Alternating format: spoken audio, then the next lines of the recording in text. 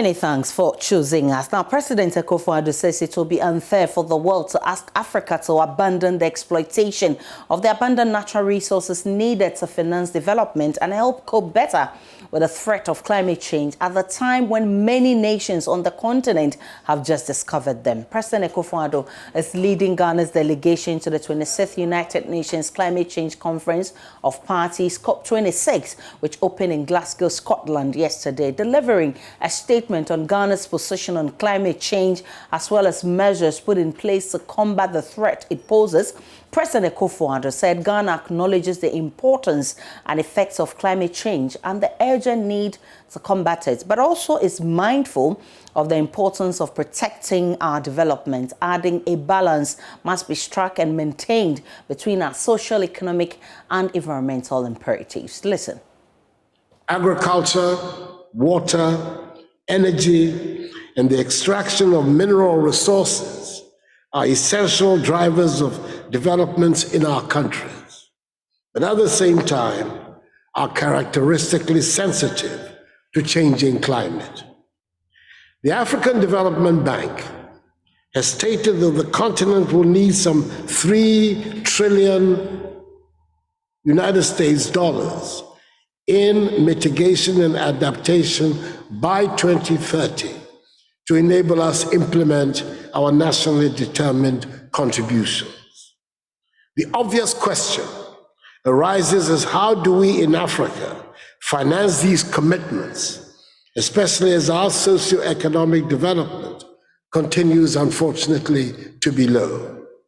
The development and industrialization of the wealthy nations of today were also hinged on the exploitation of their natural resources. This development came at the expense of pollution and the emission of greenhouse gases. Even today, the Western world is responsible for 76% of carbon emissions. Ghana acknowledges the importance and effects of climate change and the urgent need to combat it, and we acknowledge equally the importance of protecting our development. We believe that a balance must be struck and maintained between our social, economic, and environmental imperatives.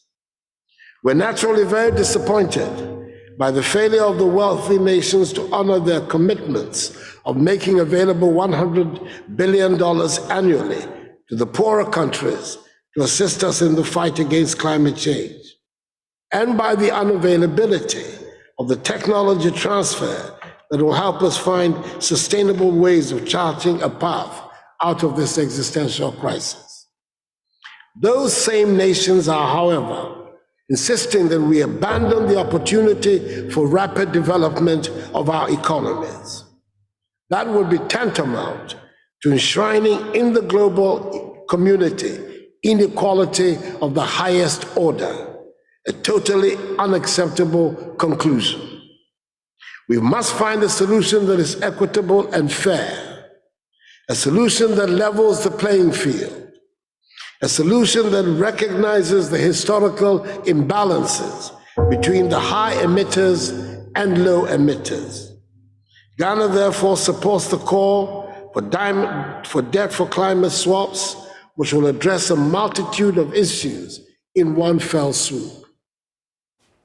Among the president's delegation is Minister of Energy, Dr. Matthew Poku-Prempeh. He tells JoyNews Ghana has a solid testimony on measures taken to mitigate the effects of climate change, especially in the energy sector. Established the JBK committee as far back as 2001, 2002. It was to give us a roadmap to nuclear. They gave their report in probably 2008, and all governments have subsequently been following. Now Ghana has got to, the president has declared publicly that we are going nuclear. And today the president had a meeting with the Director General of IEAE to congratulate the president on Ghana being one of the first countries going through the hoops and loops of the difficult access point of IEA. And Ghana has got into, we said, documents around the preferred countries. We have selected 4 sites in the country that potentially we can have a nuclear power plant in Ghana. We are looking for a country to partner with to develop our nuclear. And we want nuclear for base loads. We want nuclear for base loads, solid industrialization purpose. That's where we are going. And I think with the assurances that we got from today from IAEA to support Ghana all along the way, it will come to pass. Ghana would also be one of the first countries in Africa to adopt nuclear technology. I think we will eventually get there for nuclear power generation. Also, I can tell you that in Black Africa, Ghana is probably the second country in the list of electricity access. We have achieved about 86.23 as we speak, where universal access is declared at 90 or above. The President's commitment is to have universal access at least by 2024. What does it mean? To move from 86 to 90 is the most difficult terrain that we have. It's easier to move from 0 to 80 than move from 86 to 90. Why? Because the areas left are the remote and hard and difficult areas to reach, like islands, about 300 or 400 islands we have on the Volta Lake. There are human beings living there who also desire the goodness of life. So what we are doing is what we call off-grid battery-supported deployment, where we put solar panels, we put the batteries there where it supplies those community. We've worked with Switzerland to do the first 5 pilots. We've already put on tender for another 20. And we are seeking support that we can offset with carbon credits going forward to electrify all those areas and help us get to our commitment. Also among Ghana's delegation is Ghana's High Commissioner to the UK, Papoose Nkrumah, has also been sharing his thoughts on climate change. Globally, there's supposed to be action to minimize the carbon emissions so that we slow down the change in climate to save the global environment for future generations, hence COP26. And when it comes to Africa, Ghana is considered to be one of the leading and most progressive nations when it comes to tackling climate change. Globally, as we call for even stop production of vehicles that use fossil fuels, diesel, petrol. They're talking about electric energy, solar power generated energy, and even now nuclear power generation energy. And indeed, Ghana will shortly, probably in the next few months, there will be an announcement that is going to be the center for the training of nuclear scientists to work against cancer, etc., in certain parts of Africa. So for us, it's very, very, very important. The Commonwealth has a group of nations combating climate change. Bangladesh sponsored an award, which they're going to start next year, June, hopefully, at the Common Sense of Government meeting in Kigali. Ghana is part of it, and the chairman of the Parliamentary Select Committee delivered a statement on behalf of Ghana. In his absence, I delivered the statement on his behalf. So generally, this is a major conference for the world and for Ghana. And Ghana is very, very, very much representation. The Ministry of Environment, Science, Technology and Innovation is the coordinating ministry. You have the EPA, you have the Ministry of Energy, you have the Ministry of Lands and Forestry, all right? So this is a major event, and the Ghanaian representation in terms of delegation is probably one of the highest in Africa. So let's cross over to Glasgow, where my colleague Sekwan Boateng, monitoring events for us, said how are other leaders at this event receiving our President Akufo-Addo's message that it will be unfair for the already nations to the nations who've already made it to tell Africa to not to exploit its mineral resources in the bid to deal with climate change. Well, so that meeting wasn't open to a number of people. He had the world leaders in there and he spoke to them. And he said it as he was supposed to say on behalf of Africa that we appear to be losing out. You are not providing us the finance that we need to fund and help deal with the plight or the negative effect of climate change. And you are telling us to stop exploiting the natural resources God gave us to, as it were, use it to help us boost our finances to deal with this. So it's an issue, people are talking about it, and I'm going to have this discussion, and I'm so grateful. I have with me here Honorable Ebenezer Tailabi, and I have also the MP for Kwada. So I think you are the, for your curriculum, I think you are the chairman of the Environment, Science and Technology Committee in Parliament. And I also have with me here Mr. Samuel Doche. He is one of the negotiators for Ghana, and he is doing that at the finance level. So let me start from you, Honorable MP for Oferiko. You have been in a number of these meetings, and you have been hearing the negotiators of the various countries. What are we getting from Ghana to, what are we getting from here to Ghana?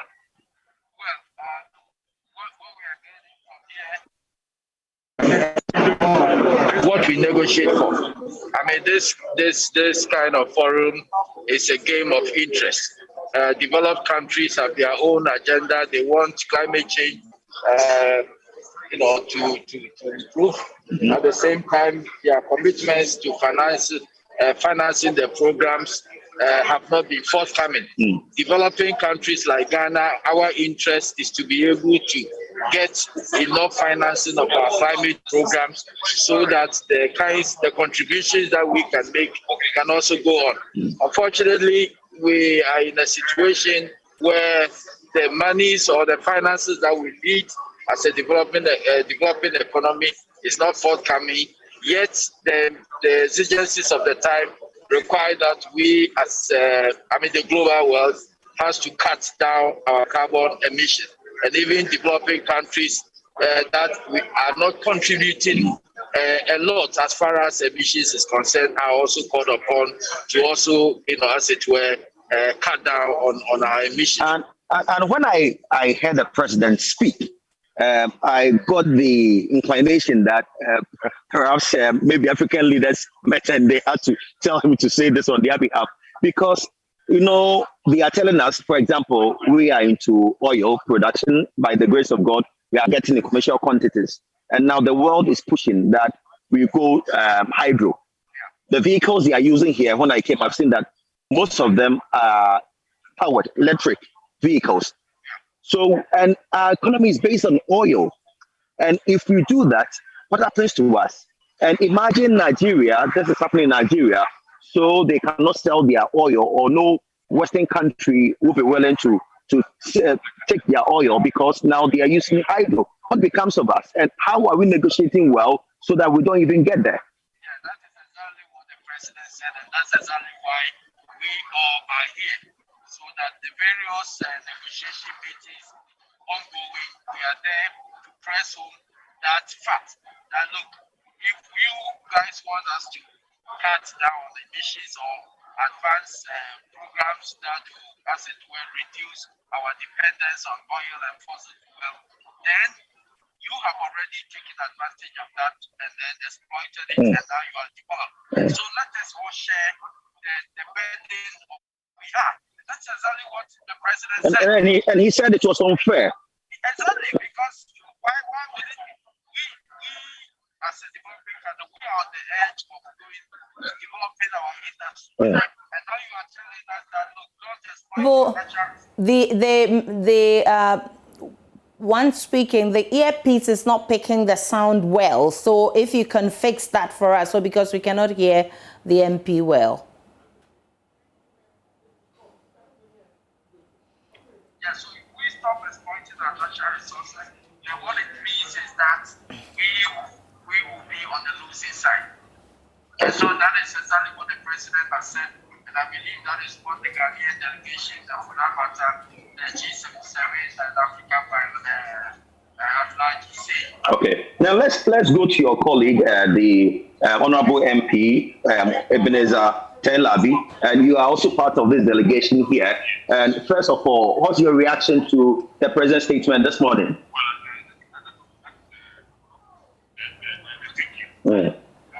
Said the sound is bad.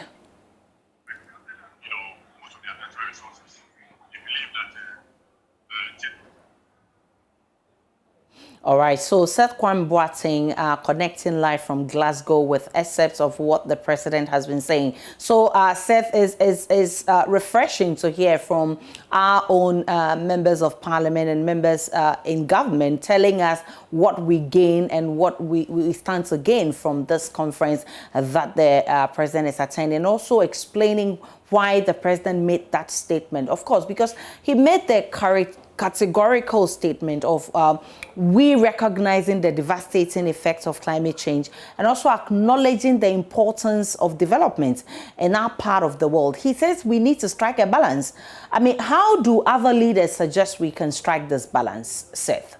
No, but you have been in those meetings and she's asking, the president said we need a balance. You cannot tell us to stop what we are doing to help us develop. And but you have already developed. So how do we strike that balance? In that meetings that you attended, have you discussed this? Well, the fact still remains that the developed countries have made the pledges towards, mitigation and adaptation, and then which includes taking care of already, the devastating effect of the, climate change already, and then we want to also find a way of stopping it.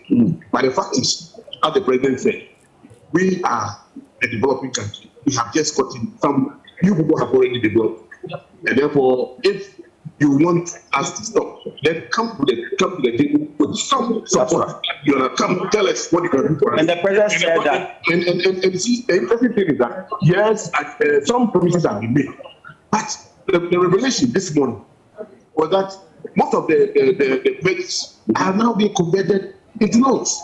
Oh, really? Now, so can you imagine if I go for loan to reclaim, land in the what do you call it? My forty region, the mining site or whatever. Who pays for it? Who pays for it? How do we pay for it? You understand? So these are some of the arguments. And, we are asking that they come properly. Again, the issue of the definition of climate finance is even a problem now. You understand? So we need to really, up our game, in our negotiations. They need to come clear. They are a little bit defensive, and we also need to be blunt, be open, and be. And are we being blunt? Yeah, we are. We are. In fact, this morning, as I said, I enjoyed the discussions, and all the African countries. All the African countries. In fact, the president spoke the mind of the African countries. I'm sure maybe there was a meeting, where they are. But you see, the fact is that the problems are the same. The problems are the same. You go to Ivory Coast, you go to Senegal, they just discovered the oil and gas. We come to Gabon, we are now developing. And we need to also, enjoy those. Not necessarily, but let's develop. Let's also develop. They have, on the back of that, develop the Asian tigers. The Middle East. They build their oil to grow their countries. America see, what about us? What are they doing for us? What do they do? On the back of the promises that are not forthcoming. And the fact that today, what we hear, what they understand is that most of these grants are being converted into loans. Who pays for the loan? That's quite a serious thing. And Aisha, I have also with me here Samuel Doche. He is one of the negotiators doing that for us when it comes to finance. So you have also been in those meetings. How well are we negotiating? And what have we gotten so far, or nothing yet? Thank you very much. I think, thank you. viewers from Ghana. Yeah, Ghana has been one of the key countries in Africa that has taken part in this negotiation for the past 26 years. And I think when it comes to finance, one of the things that has happened is that the developed countries, though promising and pledging, have reneged on that promise. In 2009, in Copenhagen, they promised mobilizing about 100 billion per year by 2020 in order for developing countries to meet their adaptation and mitigation needs. But that has not been met. So this morning, I made a case at a contact group meeting that the developed countries should come out clearly with a roadmap as to how they are going to convince the developing countries in mobilizing the 100 billion. Because as we speak now, we are not sure of how much they have mobilized since 2009. Now, let me also add that, yeah, the African group and the G77 plus China and the least developed countries has also made a case that this climate financing is an issue that we need resources, financial resources. But if you look at what we have now in terms of long-term financing for climate actions in Africa, there is no clear definition of what is climate finance.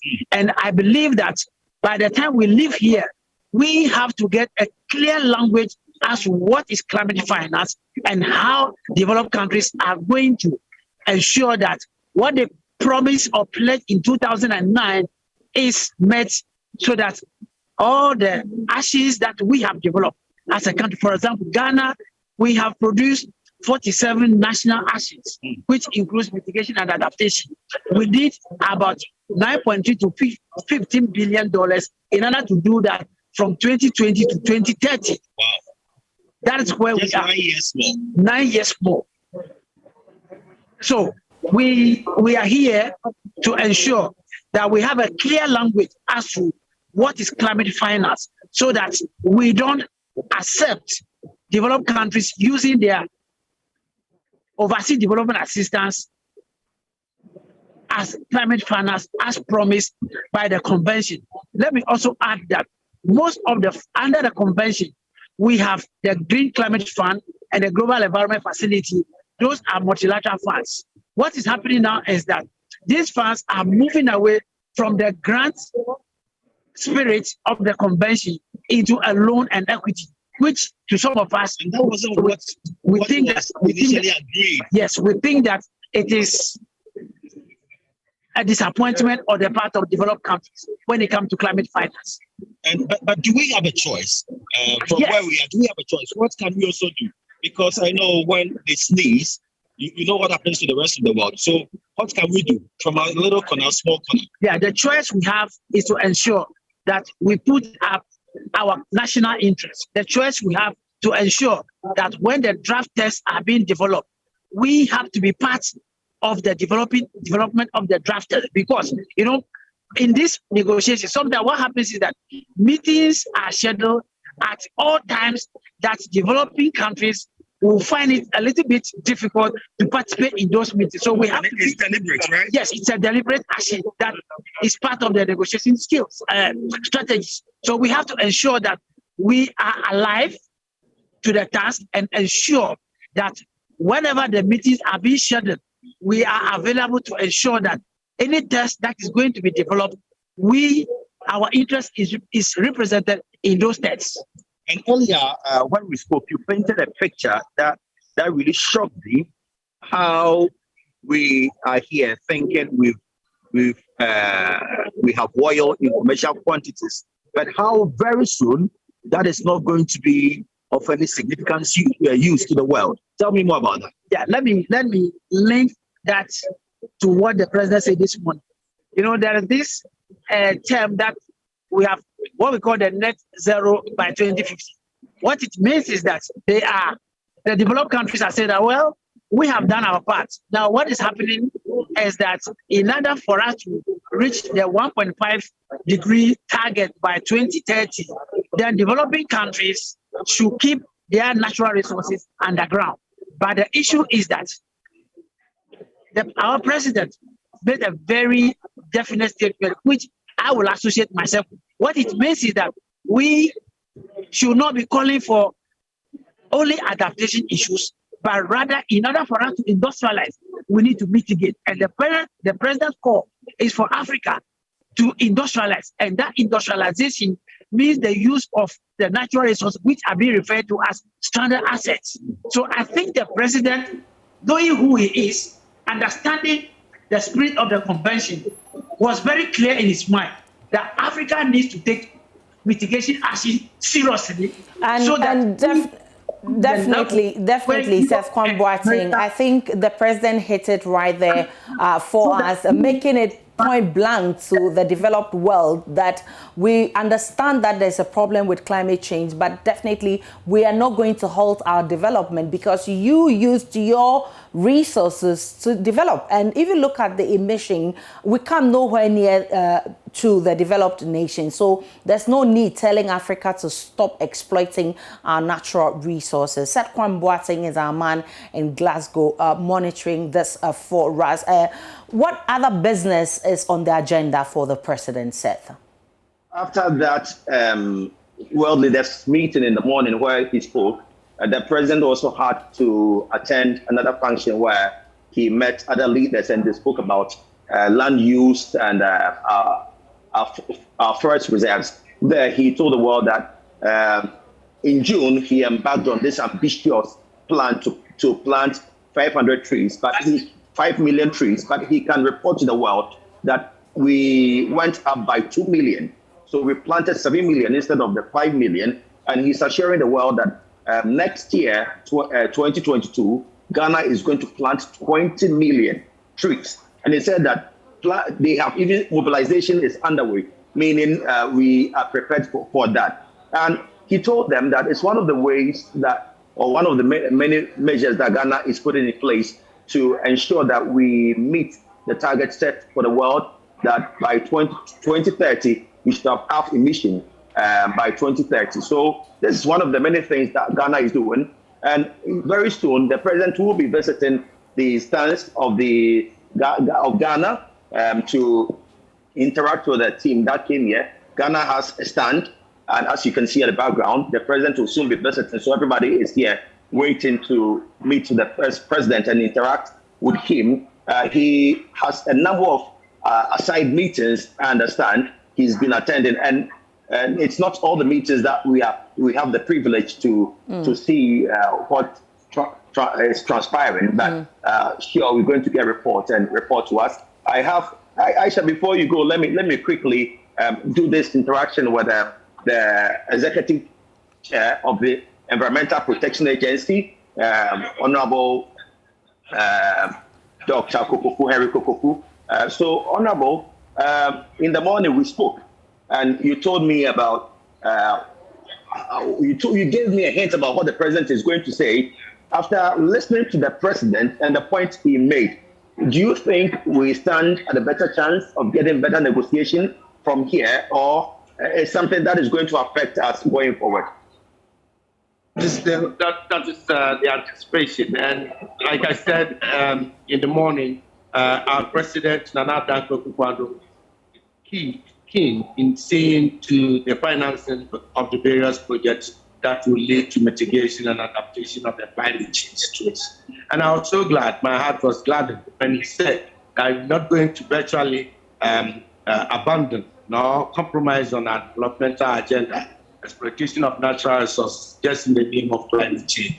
And we have got to seek a balance in it so that we will surely go ahead with our developmental programs. These are the defining means to mitigate the emissions and thereby declining climate change effects. Okay. So, yes, we are in it. Our negotiators have all the points. We are relying heavily on our nationally determined contributions, and we're looking at $13.5 to $16 billion in financing all these climate change. Is it something you hope for? You hope to get that money from them? Well, it is not getting it from anybody. What we're looking at is local mobilization, and then also contribution from the international sector. I mean, They are the polluters. They contribute to about 76% of the pollution and the effects, and we are the most vulnerable. We are bearing the brunt. Private, public initiative sector fund mobilization. We are also expecting that these heavily emitting countries will redeem their pledge of $100 billion as deposits and annually incremental to that effect. Until they redeem this pledge. Seth Kwamboateng connecting from Glasgow, and he's been speaking with participants of this conference, and they've been telling us what the statement made by our own President Akufo-Addo means to actually ending or limiting emissions from developed countries and from us ourselves, and also continuing with our development. There's a conversation we're going to be having to make sense of what has transpired there. But let's understand the gravity of the issue we're dealing with. What does the COP26 really mean? It just stands for it's a meeting where leadership from the World Bank Group will boost efforts to ramp up support for green, resilient and inclusive recovery and support to low carbon transitions that put people at the center. And so this is the center of the issues the president has been raising this morning when he delivered the address. Let's look at the emissions from Ghana, because we emit low, but we are the ones who suffer the most from the effects of climate change. And the last one we did was in 2018. If you check the emission from Ghana, it's just over 16,000. Compare it to 2008. 2007, 2008, and this 2009. I want to make a comparison with 2008, and then you will realize that from that point, from 2008 to 2018, 10 years interval, with our emission has grown, but of course it's nothing comparable to the developed nations. Look at this, from over 8,000 to 16,000. I'll show you what it means to be a developed country and the reason why they should not stop us from developing our own natural resources because we want to stop emission, because they emit more. These are the countries who emit carbon, who do industrialization, and therefore they emit a lot of carbon for us. The lighter the blue, the lower emission. The deeper the blue, that means that they're emitting high carbon dioxide. Let me start from here. You see Australia. Australia just emits how much? How many in kilotons is 380, over 386. Then you come to Russia, is 1 million. Let me look at a country like Brazil, 427. So you realize that if you come to Africa, you just take South Africa, which emits 433. And then from South Africa, you go to Nigeria, which emits 130,000. So you look at Africa and you go to the Western world and you realize that Africa emits less carbon compared to them. Now look at China. This is China for you. 10 million, over 10 million. If you look at China, that's what they emit through industrialization and all the stuff they do for development in their area. Then you come to the US.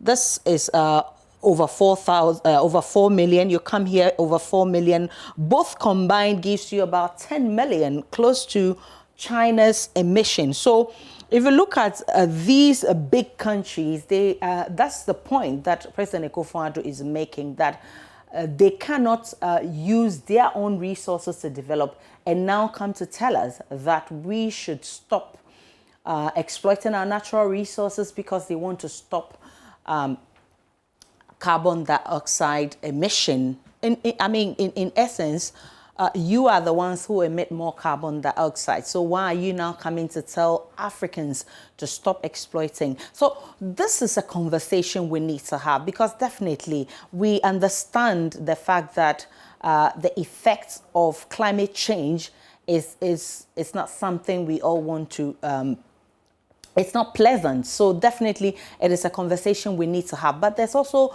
the issue about striking a balance. And President Akufo-Addo made that point this morning. So I want us to have that conversation and make these suggestions at the Climate Change Summit work. Professor Chris Gordon is director of the Institute of Environment and Sanitation Studies at the University of Ghana. He joins us via Zoom. Prof, I'm grateful for your time and patience. Well, thank you for inviting me. And the first thing I would like to correct is that I was the former director. All right. You can say the founding director. Great. I'm now retired and on contract. You usually do not take positions in the University of Ghana. Great. So at a time that African leaders are bothered about emitting less carbon, yet worse hit by the effects of climate change, and now being told not to exploit its natural resources, there's only one question that comes to mind. Is Africa at a disadvantage in the push for the climate agenda? Africa is always at a disadvantage. You can take that as a given. The fact is that all the points made by the president are valid. The impact on sustainable development goals, the fact that we have not emitted, but you're going to bear the brunt of climate change. The amount needed was 3 trillion, but even that 3 trillion is not that much. Remember, it's up to 2030. If you work out the numbers, it comes to around less than 3 cities per person in Africa per day. Basically, the transport between Medina and 37 military hospital. So even that 3 trillion that you're talking about, when you break it down, is not that much. But we need to unpack some of the issues that have been raised by the people who have been speaking on this program. And I think when you conflate issues of climate finance with impacts of climate change and national development, you may end up in a corner which you cannot get out of. The president was very clear, and he actually echoed the point made by in our national climate change documentation, that is the policy and the master plan, that Ghana will not stop its development because of climate change. So we have a situation where we are looking for what is known as climate compatible development. That is development that includes both mitigation and adaptation, development that is low carbon and also climate resilient. Now, when you look at these things, you then realize that climate change and our response is no longer a problem. It is no longer an issue. It is rather an opportunity. Much has been said by some of your previous speakers is that the Western countries industrialized, caused the problem, and then as a result of the problem, were in a situation where they now want to stop us from developing. But the fact is, when you look at some of the richest countries per capita, they do not have an industrial base. They have a service economy. So what I'm saying is that we do not have to make the mistakes of the industrial countries in going through that industrialized, high polluting. We can leapfrog. And the president made that point about the use of technology. So with that technology that is available, we can avoid many of the problems that have caused the other countries to emit. Now, it's only recently in the last 20 years or so 25 years, that Ghana has moved from being a net sink to climate change to being to carbon dioxide, to becoming an emitter. And this is purely as a result, not of industrialization, but as a result of cutting our forests. So when we say that the Western countries say we should not exploit our resources, I think we have to look at that very carefully. We do not know the value of those resources to the generations yet unborn. And the president made a comment to this effect about the legacy of future generations. So we do not know the value of oil in 50 years. Maybe they find something else. But I'd like to, I don't know how much time you have, but I would like to wind up by raising 4 points that we need to consider. One is that we need to increase climate literacy in Africa and in Ghana as a whole. And to that regard, I'm organizing a meeting on the 4th for media to talk about COP26, those of us who stayed at home. So we'll discuss COP, what it means, how to report on COP. We also need to build capacity for Ghana and Africa to have a voice at the table. Because many a time we do not have a voice. The comment was made that meetings sometimes go on and they schedule a meeting at 2 a.m. The Chinese delegation is 200. You have some people sleeping in the day to make sure they can attend the meetings at night. How many negotiators do we have who are willing to wake up to do that? And we also need to develop a holistic, systemic, and sector-wide approach to climate. You cannot deal with issues of charcoal burning without looking at the impact on women's health. You cannot look at infrastructure that is built and not climate-proofed and look at the issues of landslides and floods. We need to look at this all together.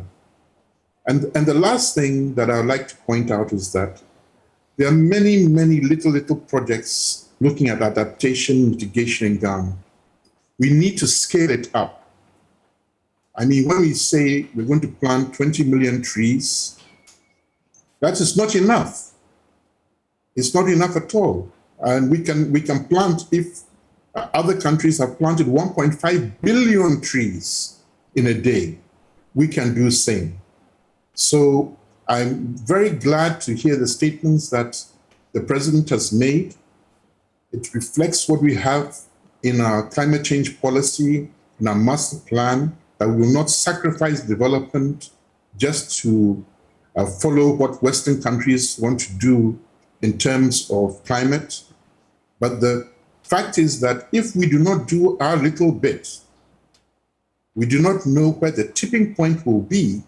And as we don't have the resilience, maybe then the floods, the sea erosion, the heat waves, where they can manage to contain, because they have the money and resources, will then hit us even more.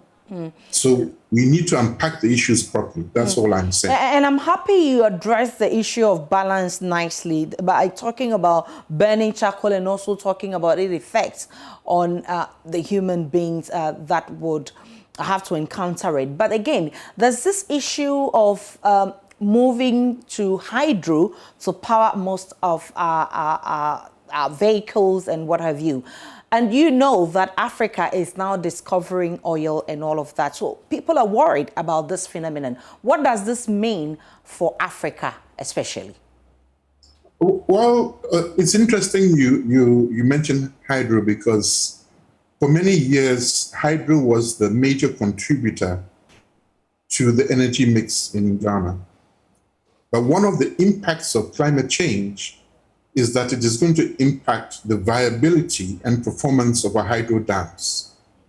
So it is not something that we can bank on just like that. I would say that we should go into the renewables as a totality. We have places that are very suitable for wind, but we also have large expanses of land and even the Volta Lake, where we can use.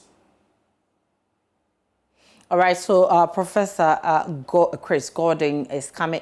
Is he back? All right, so he's been making a very important point. We'll try and get him back to complete that point. But I have Dr. Nana Ba-Redu, who is an environmentalist. He's a member of Board of Advisors of the NGO Earth Rights. All right, so Prof. Chris Gordon is back. Prof, you were making that important point. Yes, what I was saying, can you hear me? Yes, good. Yes. What I was saying is that we need to look beyond hydro. We need to look at the energy mix in terms of wind and solar. But perhaps the most important is that we have not dealt with the issue of energy conservation effectively. So we have many cases of wastage of the little power that is available. We do not value the power because we are actually not paying the true amount for the power. Power is subsidized, but we know from past experience, once you try to transfer the true cost of power to the consumer, it causes a lot of issues and problems. So what I'm suggesting is that let us look at all the options and look at the cost benefit of the different options and look at the long-term costs of those options. The nuclear option is valid, but then there are major problems downstream, 20, 30 years on the disposal of nuclear waste. We need to look at things in its totality. So, but again, looking at things in its totality, when you look at the energy mix in Ghana, the largest is actually biomass. That is firewood and charcoal. And this has impact on land use, deforestation, particulates in the air, health of women, even the mental acuity of children whose brains are impacted by particles of PM 2.5 entering their brains. So why can't we find a better way to solve this issue of energy for the domestic use? The gas is something that has been proposed, but we have people who are telling potential users of how dangerous gas is. We have the people in the transport sector who can hijack all the gas so there's nothing left for the domestic. So this is why I'm saying you need to have a holistic solution to problem of energy, of climate change, and of development. And hopefully we may get solutions from this conference that is being attended by our own president and other leaders. I'm grateful for your time. Professor Chris Gordon is former director of Institute of Environment and Sanitation Studies at the University of Ghana. Let me also come to you. Our environmentalist, Dr. Nana Ba-Redu, who has also joined us. So what I pick from what President Akufo-Addo said this morning is the fact that, yes, we understand that, I mean, climate change is, the effects are dire, but also we need the development in Africa because the developed worlds have used their own resources to get to where they are. And he talks about the fact that they emit more carbon dioxide, but we are at the losing side because it affects agriculture. It affects a lot of the things that we do in Africa. Yet we are being told that we should stop exploiting our own natural resources. How does all of these come across to you, Doc? Well, you know, I'm very glad our president has made one of the most useful contributions to the discussion we are having in the world about where we are going with the climate change and these negative consequences of man's application of careless technology. It's careless technology applied in our haste to develop and the competition to develop beyond everybody else. You look at the climate change and whatnot. There are companies in the U.S., about 4 companies alone have about 4,000 aircraft, mid-range and long-distance planes that stay in the air 15 hours, using inefficient engines, spewing out all kinds of hazardous waste in their flight. We have, as the last speaker was talking about, in our case here, as the president said, we cannot delay our development. What we want to put in our development at this moment is the efficient application of technology to our development. And the efficient application of technology can come, especially for Ghana, which is in a very advantageous position, if we pay attention to the research going on in the universities in the area of science and technology. The research that will allow us to harness better technology to the development resources we have here. Ghana, of course, as it happens, look at the amount of coal that is put out of this earth. When U.S. was told to reduce the coal exploitation, the immediate past president said no, they would not, even though the environmentalists had demonstrated the highest negative consequences of using coal on human beings. He said, no, we're going to use it. The oil, whatnot. In Ghana here, we are very lucky that if we turn around, we may probably be the symbol of positive change in development. There are many who do not remember that the creation of the Volta Lake alone tampered with the excesses in our temperatures. Because when you have a huge expanse of water in a nation, that has a very positive effect on their temperatures. If we go on to what the last speaker was talking about, looking at the other options in energy production and energy use in industrialization, Ghana does not lack in that field. We have almost more than 12 hours of sunlight every day, given our geographical position. It's renewable energy, right? It is there, yes. It is. I mean, we have the sun everywhere. We can even store it. All what we have to do is to go back to the universities to ask them how we store the solar energy. We have it. And what is interesting about solar energy in Ghana is that almost all the ingredients that go into the production of solar energy are available in Ghana. Right. So definitely we need to improve on our research to ensure that and find ways of making it work for us. To what the universities can contribute to a development and go to them. All right. No nation would develop without the 3 areas of research, universities, and the public sector. I'm grateful for your time. Dr.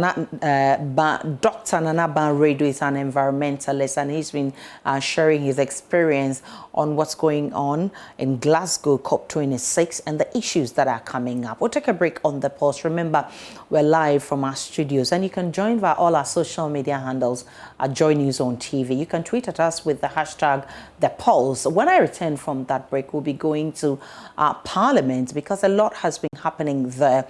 The National Security Minister has been addressing the House, and there's also a committee which is looking into the tussle between the police and Parliament. We'll also be talking about the management of the Ghana School of Law that says it is looking through the proposal to allow the law faculties to run a professional law course. Stay with me. I'm coming right back.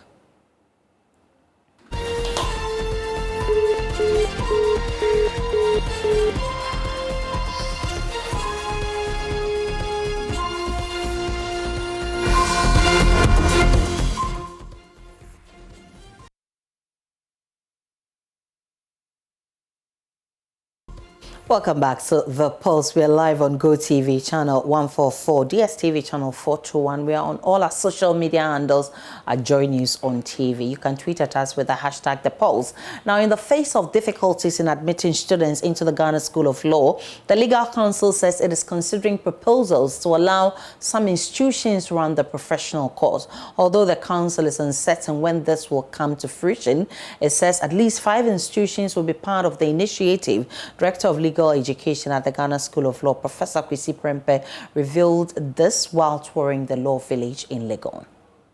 Suggestions which have been discussed and are still being discussed as to the law faculties now running the professional exam, and then they doing the exit exam run by the Independent Examination Committee. That is an ongoing discussion. As a matter of fact, it's a discussion between the General Legal Council and the faculties. Although the General Legal Council is uncertain when this will come to fruition, Professor Kwesi Prempeh says at least 5 institutions will be part of the initiative. Initially, maybe all the faculties will not be in a position to handle that aspect of the professional course. But we are hoping that maybe some will start, maybe 5 of them will start, and then others will add later on. But for now, Council has not accredited any faculty to handle the professional. There's discussion, there's legislation going on. There's also a revision of the Legal Profession Act bill. There's a bill that is being discussed among us at the General Legal Council, among the faculties of law, the deans of the law faculties. That discussion is an ongoing thing. The Council in May 2021 had sought for the construction of a 4-story ultramodern academic building to make room for more students to be admitted. There will be space for more students when the project is completed. Yes, so that is the plan.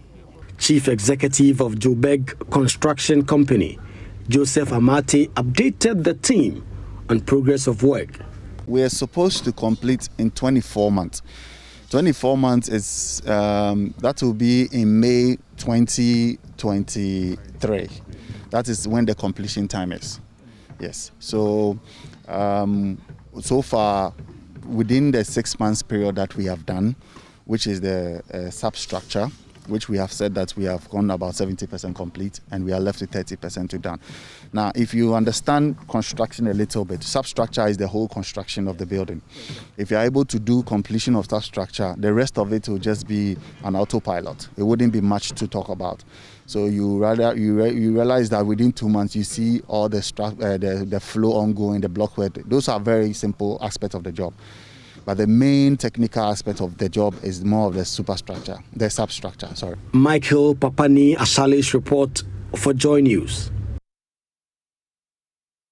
Let's now look at the fate of the 499 students who have been refused admission into the Ghana School of Law despite attaining a 50% threshold. Now, we know that Parliament ordered GLC to admit the students, but the AG makes a strong case that Parliament lacks the legal powers to compel the General Legal Council to admit the 499 candidates. The big question now remains, what happens to these students? President of the National Association of Law Students, Hassan Asari, has joined me for this discussion. Hassan, thanks so much for your time. I mean, how does this affect your case in court? I'm sure you've been following what has been happening. Parliament orders GLC and threatens to hold AG to respond if GLC fails to do so. AG says Parliament lacks the power to actually do that. How does all of this affect your case in court? Thank you for the opportunity. And let me say good evening to your viewers. The case in court is still in court. Nothing has really happened to it. And even in the face of the resolution, we said we were still going to hold it or leave it there until there is an outcome of some sort to actually compel us to possibly take it out of court. But it's a bit worrisome with the back and forth, which we are not so interested in. The interest is to ensure that the 499 students who qualified as per the rule are admitted. So yes, it was welcoming to hear Parliament speak, which was very applaudable. And then it was a bit damping to hear the reaction of the AG. Now, I said damping because we've written or petitioned them through the 499, nothing happened. We did same, even with the GLC, nothing has happened. But when Parliament decided to take a positive action on our petition to them, then there is a reaction. Yes, I understand that Parliament may not have the power to directly instruct the GLC as it's being speculated, but these are the people or the organization or the group of people who represent the people. So let me put it this way. Parliament are a representation of the people. The people said they want some change when it comes to legal education. Parliament also looked at the issue of the 499 and realized that there was credibility in the issue and therefore decided to speak for the people. I am not so much interested in whether or not they have the right. I know it's a non-binding resolution, but they have the right to speak to the issue, which they did. But let's look at it this way. Whether they have the right to instruct or not, it is irrelevant here. The issue is that did the 499 qualify? And do they have to go to school? I think that is where our focus should be and ensure that these kids or these students are given the chance to be admitted and go to school. School started yesterday, and we are still going back about playing with power, which in my opinion is unnecessary. So let's focus on the issues, make sure they go to school, and that is what we are pushing for. But as for the in that statement, the AG in that statement actually explained that there was nowhere that the GLC promised that when you get 50% and above, you will be admitted. That's what the AG says. Let me explain that to you. I think it's a red herring. In my opinion, it doesn't really matter. But let me show you something.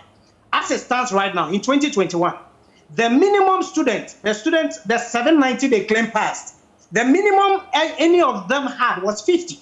So by their own course of dealing, it means that it is 50. So even that is not an argument to even raise. Whether or not you didn't write it, you set minimum threshold mark. The mark is 50. By your own action, we know it's 50. So I don't think we should even be focusing on that 50 mark because by their own action, they said it's 50. So it's guaranteed. End of story. Okay. What we are talking about is the rule that has been changed. So they should look at it because they didn't tell us that you have to get 50% on every part A and part B. That is the issue that we are trying to deal with.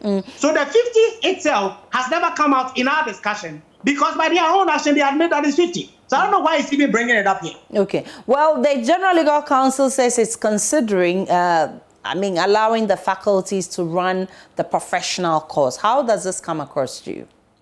I need to be careful here, but we wrote to them when this 499 issue happened.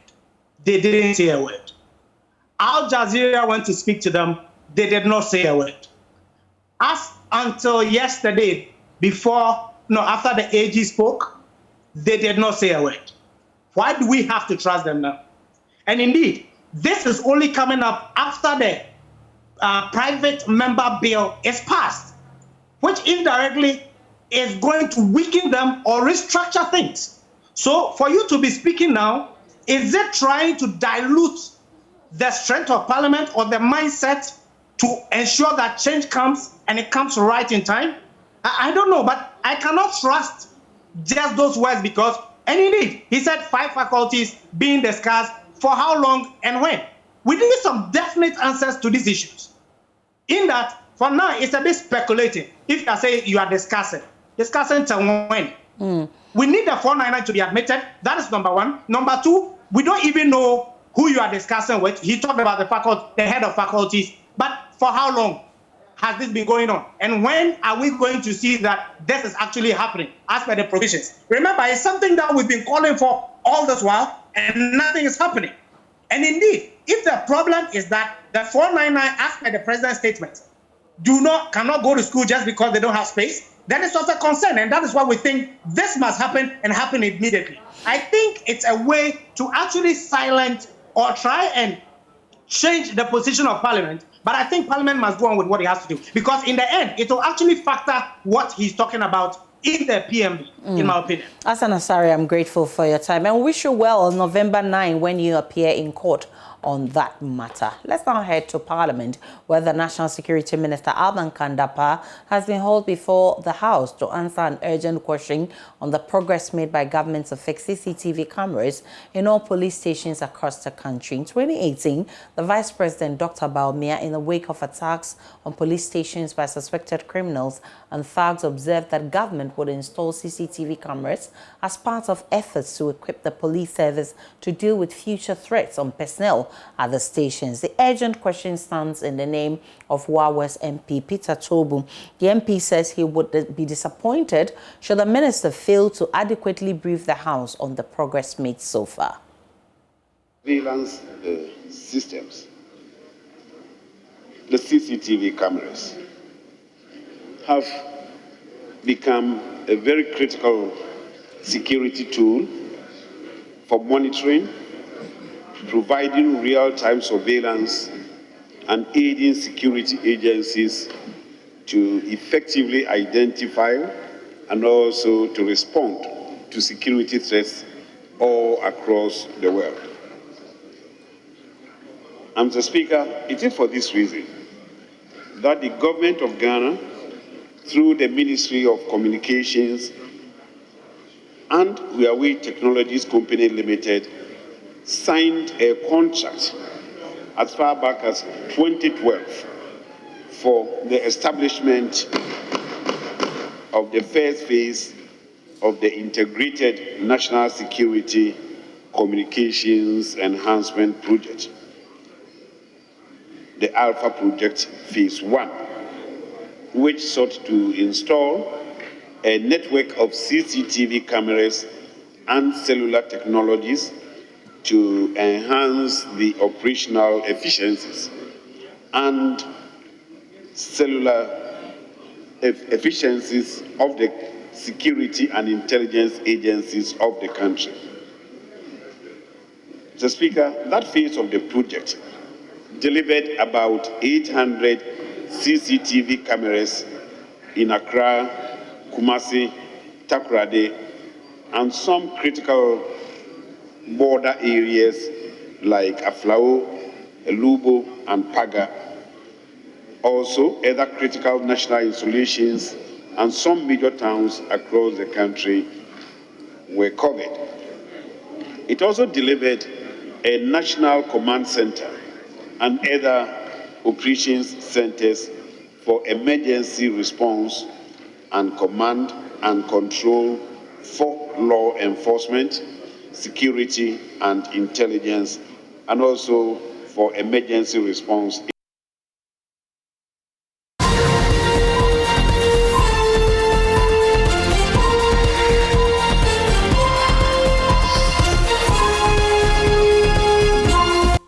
Welcome back to the Pulse, back to Parliament, where the Privileges Committee is this afternoon establishing whether or not there is a case to be answered by two senior police officers, Greater Accra Regional Operations Commander ACP Isaac Kojo Asante and ACP Eric Winfo, the Adenta Bokobi Divisional Commander. The two have been cited for alleged contempt of Parliament by the Speaker following attempted arrest of the MP for Medina, Francis Susu, who since refused to avail himself to the police despite several calls. Chairman of the committee, Joshua Wusu, says they will rely on available evidence to draw their conclusion on the matter.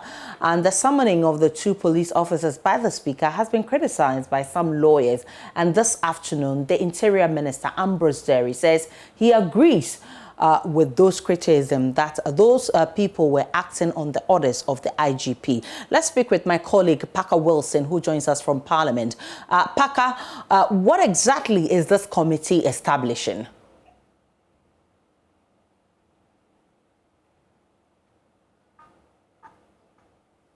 Hello, Parker.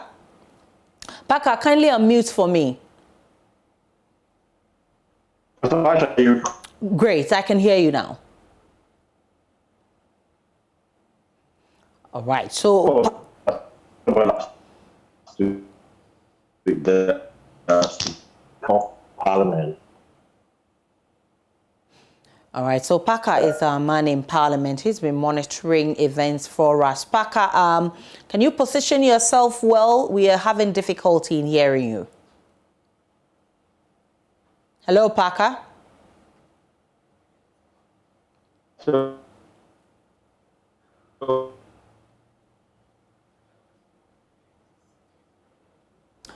I think there's a terrible connection there. We'll try and get Parker because a lot has been happening in Parliament, and he definitely would give us details of what has been transpiring in that house. But 6 more people have been confirmed dead in a ghastly road accident burned beyond recognition in Akumadan in the Ofinso North District of the Ashanti region. The accident reportedly occurred in the early hours of Tuesday, November 2, 2021. It involved a passenger bus traveling from Tichiman in the Bono East region and a Kia Rhino towing car. The bus is said to have gone up in flames following a crash. Now, this accident is coming less than 24 hours as a road crash claimed the lives of 17 people in the Ashanti region. We'll get the latest from our reporter on the ground. We'll also be getting some updates on police investigations on this matter. Erastus Asaredonko is our man on this bit. Erastus, what exactly have you gathered from the accident scene where you visited earlier? Well, so currently we know that out of the 22 people who survived the accident, 17 who sustained minor injuries were sent to the AME Zion Hospital inside Akumadan, Afrancho. We've been to the hospital. We've spoken with authorities there. We are told that the youngest of the victims was 1.5-year-old child, and he sustained some bruises to the body, but they've all been treated and discharged. And so currently we do not have anybody on admission. The 6 who were bent beyond recognition, their charred bodies have been sent to the mortuary for identification and possible autopsy. And as we speak, the vehicle, the wreckage, is still by the roadside. And we have the other vehicle, the Kia towing vehicle, also sitting on the other side of the road. So that is what we have at the moment. Accidents, we're told by the police that it was caused by sleep driving on the part of the drivers. What has police gathered with regards to today's accident? Well, so we've spoken with the commander for the district commander for Akumadan, and he tells us that indeed the driver of the bus was overspeeding, and the police at the checkpoint. You know, the accident happened at the police checkpoint where the other vehicle had been stopped and was sitting on the side of the road. And this vehicle, the bus driver, refused to heed signals by the police to stop, and thereby at top speed rammed into the stationary vehicle at the police checkpoint. And so they are saying that, yes, they signaled the driver to stop. He didn't stop. He was speeding and ran into the stationary vehicle. At the moment, he's on the run, and police said they have declared him wanted. They are, by this medium, advising him to come over to the Akumadan police to assist in investigation. So we're told that there were 34 people in this accident, but 6 of them have lost their lives. How many people are injured and how are they faring? So, like I said, 17 were rushed to the AME Zion Hospital at Akumadan and Francho. They've all been discharged, including a 1.5-year-old boy. They've all been discharged. In fact, we met a 15-year-old boy who had lost the father. The father was bent, and we spoke to him, and he's saying that, well, he was able to escape, but when he escaped, he was standing just close to the burning bus and realized that the father was inside the bus and was also burning. And so this boy was stranded. In our presence, they called some family members to come and pick him up. A rather very chilling story account that people are giving concerning the dying moment when the accident occurred and how they managed to escape. Some of them were expecting, they say, they were expecting the police who were at the scene to assist, use the butt of their guns to even break the glasses of the vehicle for them to all come out. But they say the police did not help. But the command is also saying that they assisted in the best possible means they could under those circumstances. And so that is what we are gathering from the survivors at the moment. Erastus Asaredonko is our man who's been following this for us. We'll bring you a lot more from the police in our subsequent bulletins. Back to Parliament, my colleague Parker Wilson is monitoring events in the House for us. Parker, you were telling me about what exactly this committee is supposed to establish.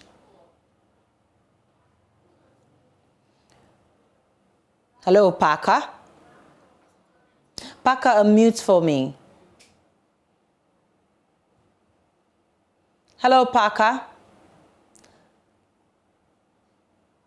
Parker, kindly unmute for me. All right, so we're having challenges with Parker, so we'll try and get him back to tell us more. National Science and Maths quiz, less fancied side, Presec Suhum B2 NSMQ former giants, Abri Girls School and Krobo Girls are the ongoing NSMQ championship to qualify for the 1/8 stage. At the end of the last but one round, Abugis led with 37 points with Suhum Presec just a point behind and Krobo Girls with 25 points. Presec Suhum overtook Abugis to lead in the final round, winning the contest with 40 points with Abugis and Krobo Girls scoring 37 points. Students of Abri Girls say they are not discouraged, but hoping they will be part of the top 15 losing schools to make it to the next stage. Maxwell Agbagba has more in this report. With excellence, to sing and shout, Give us the second one. Our school is built on that. I want that. People so hard is our motto. We are always victorious as we work in God's name. Oh, every girls. Oh, every girls. Oh, every mighty eagles. We shall never, ever, ever lose. That's the spirit of the eagle. The eagle never gets disappointed. It continues to soar even when it's tired. And that is the spirit from the ladies from the big girls, soaring even when all other people think they are down. They're not losing their faith, and that is what they are telling you. They are confident, they believe strongly that they'll be part of the top 15 losing schools that will make it to the 1/8 stage. I don't even know what to say, but we're not discouraged. We'll come back with a bang. Okay. Did you expect them to beat you? No. Well, somehow, I didn't really expect them because our girls are capable. Okay. But anything can happen in this world, so we take it with good heart. We are not undeterred. We move on. We move. Okay. You move. I love that. We move. Okay. Tell me. Are you also moving? Yes. We move? Yes, we move it. Yeah, we move it. Huh? Yes, our I like girls really tried hard. They did their best. Yes. Okay. We trust the progress. So you're not giving up? No, not at all. How do we know that you girls are not giving up? Because you look so sad and all of that. Oh no, we are not sad. You want to sing Big Paso Hand for us? Yes. Sing it for us. Let's go. Our school is built on a hilltop. The Paso Hand is our motto. To make our lives, to be a light, to shine.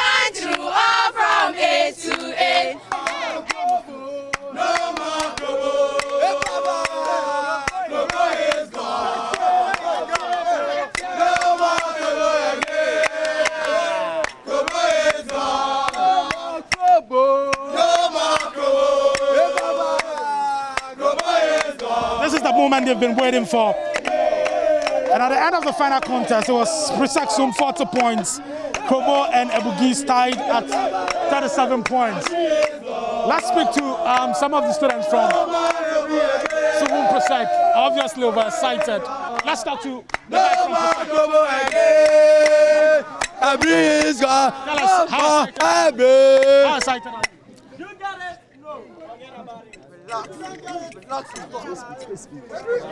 How excited are you? Every better.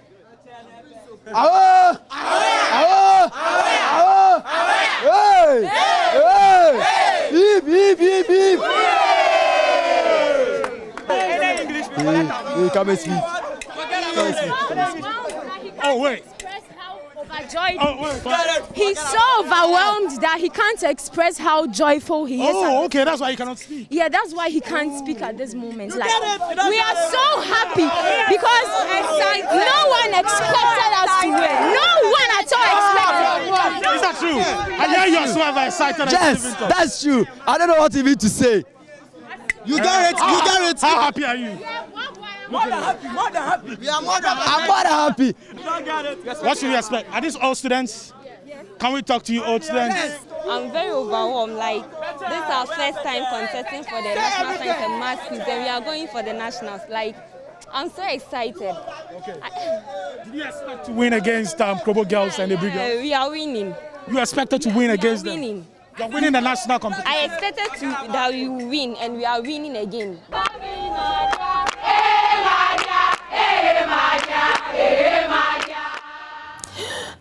We'll take a break on the Pulse and we'll bring you the very latest from the sports world.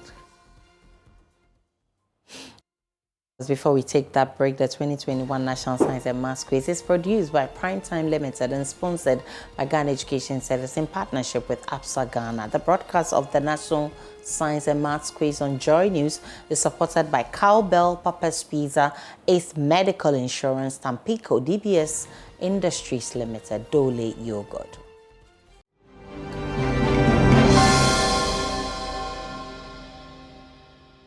And that's where we part company on the Pulse. My name is Aisha Ibrahim. For more news, log on to myjoyonline.com. There is updates of all the developing stories for you. Up next is Let's Talk Showbiz. Enjoy the rest of our programs.